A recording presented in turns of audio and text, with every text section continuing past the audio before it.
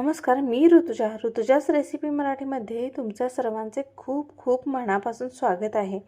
पावसाळ्याच्या दिवसामध्ये मस्त कुरकुरीत तळणीचे पदार्थ सर्वांनाच आवडतात, पण आज आपण मस्त कुरकुरीत कमी तेलकट अळूवडी पाहणार आहोत। अळूच्या वड्या या आपण नेहमीच बनवतो, पण बऱ्याचदा अळूवडी सुटते किंवा ती खूप तेलकट होते। पण आजची ही अळूवडी आपण तेलामध्ये तळली नाहीये, तरी सुद्धा इतकी छान कुरकुरीत ही अळूवडी तयार झाली आहे। आजची ही अळूवडी बघा ना, भरपूर लेयर असलेली आणि मस्त अशी कुरकुरीत तयार झाली आहे। आज आपण अळूच्या छोट्या पानांपासून छान अशा आतून मऊ वरून खुसखुशीत खमंग अळूच्या वड्या तयार करणार आहोत। अगदी सोप्या आहेत, 10 ते 12 मिनिटांमध्ये झटपट तयार होतात आणि चवीला तर खूपच भारी लागतात। तर मग जराही वेळ न घालवता आपण रेसिपीला सुरुवात करूया। आता आपण सर्वप्रथम अळूवडी तयार करण्यासाठी छोट्या आकाराची 5 ते 6 पाने घेतली आहेत। अशी छोट्या आकाराची आपण पाने घेतली आहेत, म्हणजे वड्या काही मिनिटातच आतपर्यंत चांगल्या शिजतात आणि वड्या छान कुरकुरीत होतात। आता ही सर्व पाने मी मिठाच्या पाण्याने स्वच्छ धुवून घेतलेली आहेत आणि पुसूनही घेतलेली आहेत। आता आपण याचे देठ सुद्धा अशा पद्धतीने काढून घेणार आहोत। या पानांचे आपण सर्व देठ काढून घेतले आहेत। आता ही पाने आपण पोळपाटावर ठेवून त्याच्यावर लाटणे अशा पद्धतीने हलक्या हाताने लाटणे फिरवून घ्यायचे आहे। पोळपाटावरती असं उलटं पान ठेवायचं आणि वरून लाटणं फिरवून घ्यायचं, म्हणजे या पानांच्या शिरा असतात त्या थोड्याशा लाटणं फिरवल्यामुळे मऊ होतात आणि वडी व्यवस्थित गुंडाळली जाते। लाटणं फिरवल्यामुळे जेव्हा आपण पान फोल्ड करतो त्यावेळेस जरा सुद्धा वडी सुटत नाही, अगदी एकसारखा रोल तयार होतो। सर्व पाने तयार करून घेतले आहेत। आता आपण वड्या करण्यासाठी वाटण तयार करून घेणार आहोत। त्यासाठी इथे मी 5 ते 6 हिरव्या मिरचीचे तुकडे घेतले आहेत। 10 ते 12 लसणाच्या पाकळ्या घेतलेल्या आहेत। लसूण जास्त वापरल्यामुळे वड्या मस्त होतात आणि चवीलाही छान लागतात। आता इथे अर्धा चमचा जिरे घेतले आहेत, अर्धा इंच आलं घेतलं आहे, बारीक चिरलेली अर्धी वाटी कोथिंबीर घेतलेली आहे। आता आपण हे ओबडधोबड वाटण करून घेणार आहोत। पाणी न वापरता आपण हे वाटण करून घेतले आहे। आता एका भांड्यामध्ये आपण 2 वाटी बेसन पीठ घेतलं आहे आणि त्यामध्ये 2 चमचे तांदळाचे पीठ घेतलं आहे। साधारण या अंदाजे आपल्याला हे असे पीठ घ्यायचे आहे। आता यामध्ये आपण तयार केलेले वाटण घ्यायचे, अर्धा चमचा धनेपूड, 1 चमचा आपण लाल तिखट, पाव चमचा जिरेपूड, कारण वाटण करताना आपण जिरे वापरले त्यामुळे आपल्याला इथे पाव चमचा जिरे पावडर वापरायचे आहे।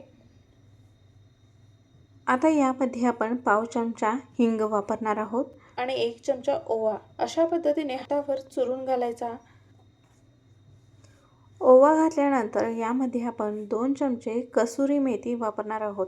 याने काय होतं की वडी चवीला अप्रतिम लागते, खूप छान चव येते वडीला।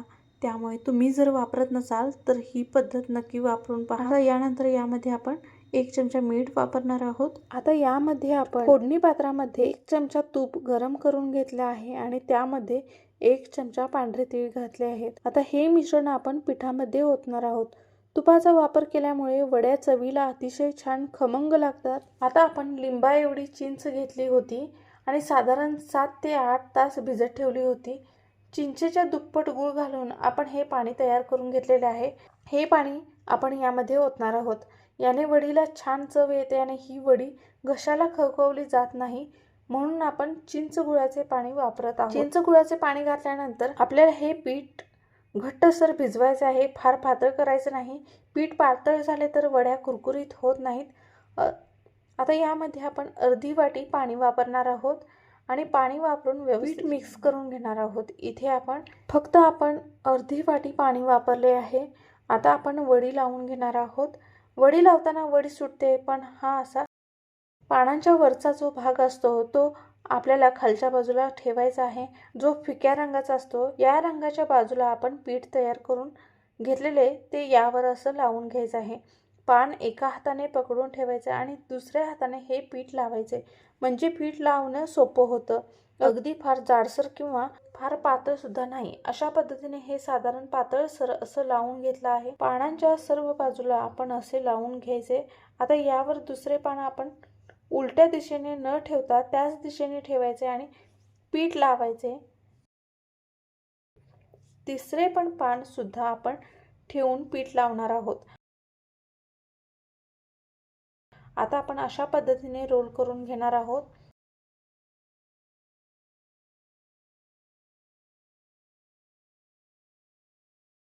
तुम्ही पाहू शकता असा छान आपला रोल तयार झालेला आहे.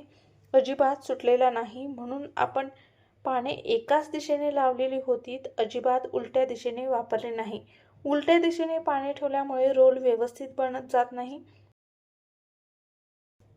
असे 2 मी रोल तयार करून घेतलेले आहेत. वडीचा रोल अगदी बरोबर छान असा तयार होतो. आता असं गुंडाळून घेतलं आहे आणि त्यावर सुद्धा आपण असं हे पीठ लावून घेतलं आहे. असे 2 रोल मी तयार करून घेतलेले आहेत. आता आपण हे वाफवणार आहोत. त्याकरता एका कढईमध्ये मी साधारण इंचभर पाणी ठेवलं होतं आणि चाळणीमध्ये आपल्याला हे रोल वाफवण्यासाठी ठेवायचे आहेत. चाळणीला थोडेसे पुसटसे तेलाचा हात लावलेला आहे आणि त्यामध्ये आपण रोल ठेवायचे आहेत. झाकण ठेवून आपण 10 ते 15 मिनिटे वाफ घ्यायची आहे. मोठ्या आचेवर 10 मिनिटे घेतली तरी चालेल. हे चांगलं शिजवून घेतलं आहे. आता आपण हे वडीचे रोल पूर्णतः थंड करून घेण्याची वाट पाहणार आहोत. गरम असताना शक्यतो हे रोल कापायचे नाहीत, नाहीतर ना वडी व्यवस्थित कापता येत नाही आणि रोल तुटतो. म्हणून हे पूर्ण 1 तासभर आपण थंड करून घेणार आहोत. 1 तासानंतर आपली वडी छान अशी थंड झालेली आहे. आपण आता ही वडी कट करून घेणार आहोत. बघा किती भरपूर असे लेयर तयार झालेले आहेत. अगदी पातळ आपण वडी कापलेली आहे, तरी सुद्धा वडीचा रोल आपला तुटला नाहीये किंवा सुटला नाही. जी आपण पद्धत वापरली ना, त्यामुळे जरा सुद्धा वडीचा रोल सुटत नाही. अशी भरपूर पदर असलेली आपली वडी तयार होते. आता ही अळूवडी मी अजिबात तळणार नाही. आपण ही कमी तेलामध्ये करणार आहोत. त्यासाठी मी इथे पॅन घेतलेला आहे आणि त्यामध्ये अर्धी वाटी फक्त तेलाचा वापर केलेला आहे आणि त्यावर आपण ह्या वड्या ठेवून देणार आहोत. मोठ्या ते मध्यम आचेवर छान अशा कुरकुरीत होईपर्यंत आपण परतून घ्यायच्या आहेत. ही पद्धत वापरल्यामुळे कमीत कमी तेलाचा वापर होतो. वडी सुद्धा मस्त अशी कुरकुरीत होते. पण जर तुम्हाला वडी तळायची असेल तर तुम्ही तळून सुद्धा घेऊ शकता. वडी भाजल्यानंतर आपण त्यावर असे तीळ घातलेले आहेत, कारण हे दिसायला छान दिसतात. आपण आतमध्ये वडी तयार करताना सुद्धा तीळ घातलेले आहेत, त्यामुळे असे वरून घातले नाही तरीही चालेल. दोन्ही बाजूने बघा हलकासा तांबूस रंग येईपर्यंत लहान ते मध्यम आचेवर वडी चांगली परतून घेतलेली आहे. आता हे बघा भरपूर पदर सुटलेली मस्त अशी कुरकुरीत अजिबात तेलकट न होणारी वडी तयार झालेली आहे. अजिबात तेलकट होत नाही. आजची ही पद्धत कशी वाटली ती मला कमेंटमध्ये नक्कीच सांगा. आणि तुम्ही सुद्धा अळूवडी तयार करणार असाल तर या पद्धतीने नक्की करून पहा आणि कमेंटमध्ये तुम्हाला ही पद्धत आवडली का हे कमेंटमध्ये नक्की सांगा. व्हिडिओ आवडला असेल तर एक लाईक करा, तुमच्या मित्रमैत्रिणींसोबत शेअर करा. तुम्ही जर का चॅनलवर नवीन असाल तर ऋतुजाच रेसिपी मराठी या चॅनलला सबस्क्राईब करायला विसरू नका. पुन्हा भेटूया एका नवीन रेसिपीसोबत. तोपर्यंत धन्यवाद मैत्रिणी.